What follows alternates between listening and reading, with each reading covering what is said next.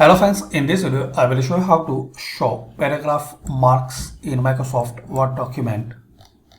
So very simple and basic way. In just home tab you will see this symbol to show or hide paragraph mark, show paragraph marks and other hidden formatting symbols. This is especially useful for advanced layout tasks. So just select it.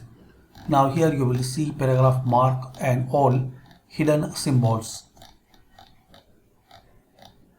as we can see here. To hide, again click on it.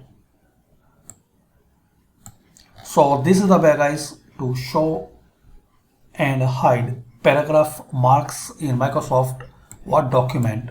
Thanks for watching. Share, like and subscribe this channel.